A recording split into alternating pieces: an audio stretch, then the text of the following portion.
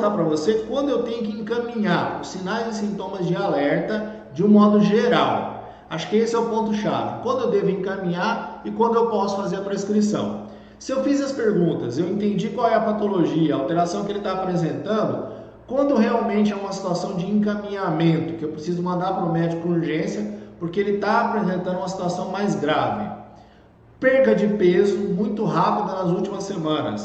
O paciente emagreceu de forma muito rápida, perdeu 5, 6 quilos nas últimas 3, 4 semanas. Febre alta ou persistente. O paciente está com a febre muito intensa, febre de 39, 39,5. Pode utilizar o antitérmico, deve utilizar o antitérmico intercalado, paracetamol e ibuprofeno intercalado para tentar corrigir essa febre. E a recomendação é que faça o atendimento com o médico, porque pode ser um quadro infeccioso grave que precisa de uso de antimicrobiano. O paciente teve perca de sentido, está desorientado. Chegou a conversar com você, ele não está conversando coisa com coisa. Ele teve convulsão, ou ele bateu a cabeça, ou ele teve perca de sentido em algum momento. Hospital, rapidamente mandar para o hospital.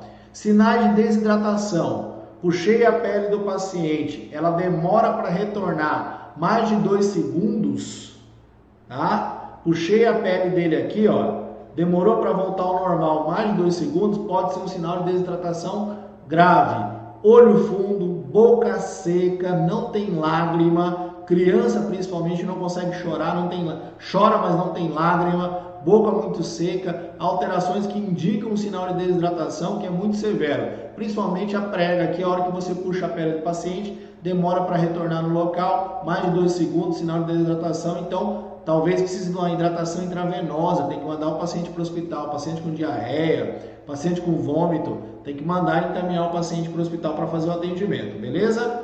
Outras situações clínicas, vamos colocar crise hipertensiva, tá? Paciente com a pressão arterial acima de 17/11, tá? Já podemos considerar uma situação clínica grave, com crise hipertensiva. Se o paciente não está controlando bem essa pressão arterial, encaminhe porque ele vai precisar de um uso emergencial de um antihipertensivo para reduzir essa pressão arterial. 17/11 seria um limite aí. E se o paciente está tendo sintoma de dor de cabeça, outras alterações, manda para o hospital rápido porque ele precisa de uma medicação para baixar essa pressão arterial de forma rápida. Apareceu o paciente com você com rigidez na nuca, teve febre ou não, manda para o hospital. Sinal de encaminhamento, pode estar relacionado a síndromes infecciosas, principalmente a meningite, tá? E inchaço de membro inferior. O inchaço eu vou abrir um parênteses. O paciente não tem nenhum outro sinal clínico. Ele não é um paciente que tem alguma outra complicação de base, mas ele está começando a ter inchaço muito intenso nas pernas.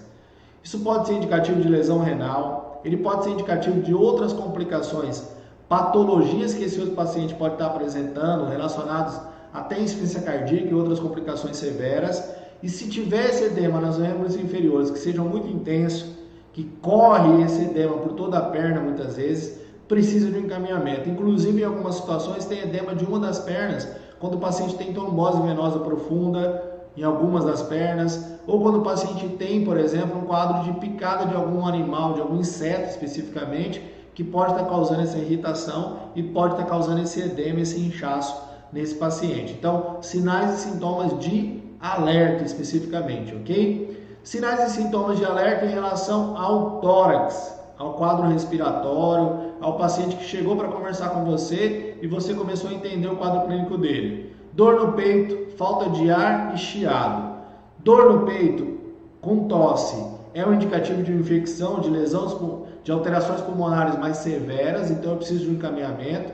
Pode estar associado à febre também, então é um quadro clínico talvez para um antimicrobiano e para o uso de uma medicação um pouquinho mais pesada. Falta de ar, como é que eu sei se o paciente está com falta de ar? Ele está com dificuldade de falar com você, ele não consegue pronunciar palavras completas. Esse paciente está apresentando um quadro de falta de ar mais severo, cianose, as extremidades estão roxas, tá? Esse paciente sente frio nas extremidades, ele tem uma dificuldade de circulação e de chegada do sangue até o local, ele tem alterações respiratórias severas, ele não consegue pronunciar frases completas. Isso pode ser um indicativo de quadro clínico severo e grave de encaminhamento. chiado muito intenso, catarro com sangue também, se o paciente está apresentando tosse, e quadros de arritmia ou tosses persistentes. Ritmo de coração alterado, encaminhamento também. Tosse persistente há mais de 2 semanas, encaminhamento também. Tosse comprida e catarro com muco, principalmente esverdeado, que pode ser indicativo de infecção. Os olhos, se você olhar o paciente, sinais e sintomas oculares, olhos vermelhos, redução da perca e da acuidade visual, visão dobrada, chamada diplopia, ou visão borrada, é indicativo de alterações que podem ser severas. O paciente pode ter glaucoma, o paciente pode estar passando por um quadro hipertensivo severo, o paciente pode ter uma lesão inflamatória no olho, uma infecção ocular que seja mais grave. Então, é um sinal de encaminhamento, nós não vamos fazer prescrição farmacêutica para esse paciente. Ouvido, dor muito intensa, com secreção, principalmente secreção amarelada, redução da capacidade auditiva, ou hipersensibilidade, ou zumbido, também é um indicativo de algum sinal de complicação mais severa. Se o paciente está tendo dor intensa com secreção ou com outras alterações do ouvido, ele precisa avaliar para a utilização de uma medicação específica, muitas vezes antimicrobiana, para combater aquele quadro infeccioso. Então eu preciso fazer o encaminhamento dele também nesses sinais e sintomas de alerta. E sinais e sintomas de trato geniturinário. Então eu estou mostrando para vocês de uma visão geral quais são os sinais e sintomas de alerta para o paciente ser encaminhado. Sangramento vaginal, dificuldade para urinar, sangue na urina, cistite com dor abdominal lombar, cistite acompanhada de febre, secreção uretal e secreção vaginal. Vou dar um destaque para vocês em algumas coisas aqui. Sangramento vaginal durante a gravidez. Tchau. Grávida, vai para a médica resolver o problema lá. Sangue na urina, pode ser indicativo de lesão do canal da uretra, lesão renal, depende muito do perfil, precisa de um exame de urina para avaliar a presença das células, das hemácias na urina, e aí eu vou dar um destaque só para vocês entenderem aqui uma interpretação do exame. Quando eu tenho hemácias que podem estar alteradas, formato dessas hemácias, elas aparecem na urina de forma alterada, pode ser indicativo de lesão do rim, lesão renal especificamente, na parte do rim especificamente, e não do trato urinário baixo, não da bexiga e da uretra. Quando eu tenho as células, do sangue presentes na urina, que são células normalmente hemácias íntegras, pode ter sangramento do canal da uretra ou da bexiga, ou de lesões da bexiga. É mais comum essas infecções serem relacionadas à cistite, a infecções da bexiga. Mas quando o paciente tem uma cistite, vamos colocar a situação clínica, o paciente chegou lá com vocês com dor lombar, com dor nas costas. E você perguntou para ele quando começou, quais são as alterações, se tem alguma outra alteração que está associada.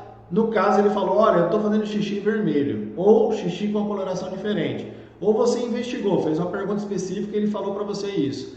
Alteração com presença de sangue na urina, tá? E com dor lombar, pode ser um indicativo de infecção com pielonefrite. Então, o paciente chegou com dor lombar, é sempre importante, na anamnese, eu entender se ele não tem outro sintoma associado. Coloquei para vocês lá no início essas perguntas lá. Sintomas associados. Ele tem algum sintoma associado? Ele está tendo dor nas costas, mas o que mais o senhor está sentindo?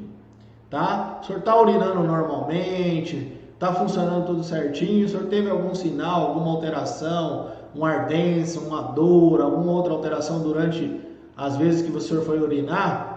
Porque a dor lombar, ela pode ser uma simples dor lombar relacionada ao sistema muscular, mas ela pode estar relacionada a uma dor causada por uma infecção, por causa de uma pielonefrite. Então, o paciente tem ardência na hora de urinar, pode ter sangue na urina, que pode modificar a coloração da urina. Esse paciente pode ter essas alterações e ele pode ainda ter febre. Se eu tiver infecção urinária, cistite, no caso da infecção na bexiga, no canal da uretra lá, você tem esses sinais e sintomas, mas se ele apresentou febre, isso é sinal de alerta. Possivelmente ele tem uma infecção do rim especificamente.